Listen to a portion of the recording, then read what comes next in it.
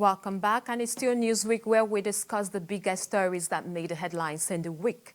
Away from politics now, the federal government has explained why it failed to pay full salary to lecturers under the aegis of the Academic Staff Union of Universities, ASUU.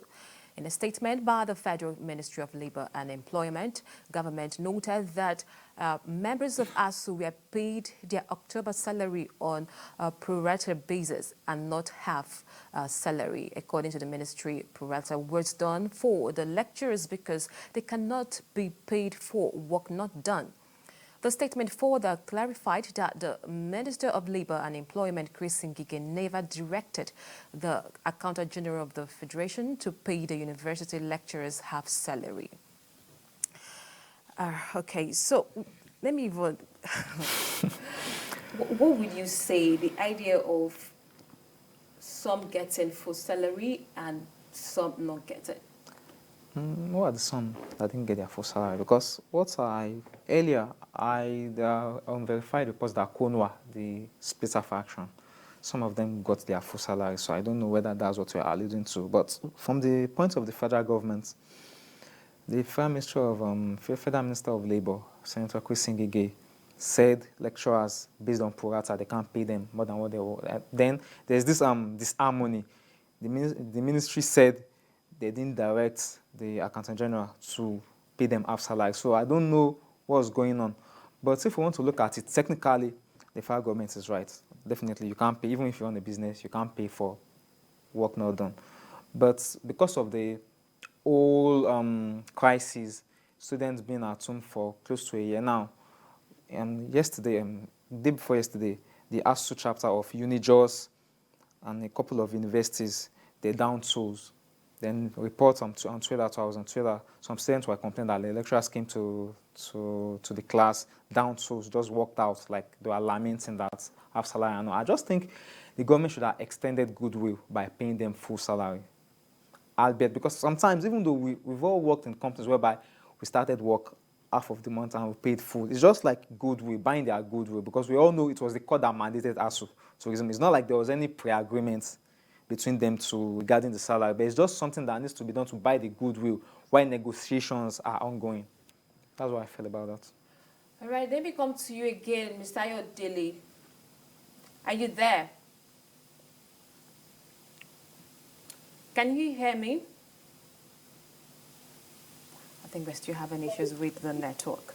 So you seem not to have issues with the idea that some are not paid their full salary, but whether you like it or not, the members are lamenting. What do you think could be the implication of this whole thing in university system?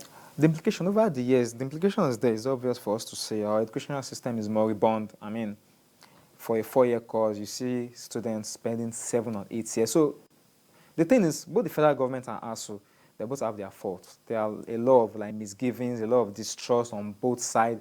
That's why all stakeholders, all hands has to be on deck for this issue to be resolved. Because at the end of the day, as I said earlier, as I reiterated, it's always the students that suffer for it. So I said, negotiation has to be going on. Like, okay, what are you going to do? We're paid half salary. Are you going to sue? Are you going to appeal to the federal government? Because downing tools, you can't down tools at this moment in time. We've already lost 1 year, one academic year. Some universities are already scrapped the 2021-2022 session. Some universities scrapped it. They're going to start afresh. Do you know the implication of that? And the intake, you have new jam by new fresher. So some are going to be at home for 2 years. So all stakeholders, even parents, all that has to be on deck just to resolve this situation, because it's a very sorry situation for students and for the educational system. All right, what do you also suggest should be done to avoid further industrial dispute in the system? On the part of the federal government, are there to agreements. The ASUU is not the only body the federal government has shook on pre-signed agreements. You see the federal government backing out of agreements.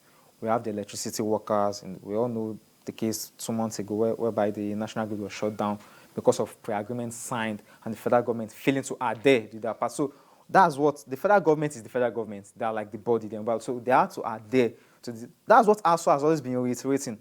The federal government refuses to adhere to the agreement, so the bulk of the whole thing sits with it. Because the ASUU themselves, they have kids. Some of them have kids. They are not happy they are not happy. So the federal government has a lot to do regarding just adhering to agreements. That's the whole way, that's the first step towards redressing and ensuring there's trust and bonding among stakeholders. Mr. Ayodele, I'm trying to know if you're there now. Hello, Mr. Ayodele. Can you hear me? I can't hear you clearly. I can't hear you clearly. But I can hear you. Can you hear me now? Yes, I can hear you faintly. All right. Can you hear me? Okay, so what do you make of this idea of some lecturers being paid full salary while others not? I'm not sure that there is any lecturer that was paid in full. The reports that I have gathered and the complaints that we have seen carried by credible news sources is that many of these lecturers have been, paid perhaps half a month's salary. And of course, if you listen to what the Minister of Labor has said, his argument was that the federal government couldn't be held liable for that because, ASUU hadn't worked for 8 months and by that extension do not deserve to be paid in that 8 months, right? So first, I'm not sure that anybody has received salaries in full. Second, I think is a bit embarrassing because schools have been on strike for 8 months. I would have expected that one of the negotiations was that salaries were going to be paid in full while lecturers were going to resume.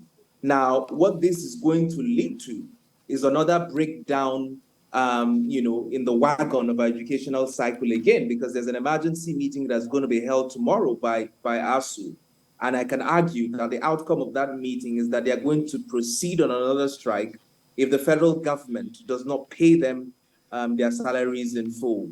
Now, that for me, again, is treating the issue of education with levity and is taking the lives of several hundreds of thousands of students for granted. And it makes absolute no sense to me that we want to bring ourselves back in a situation in the hole that we've been for 8 months, because people want to put their egos on the line.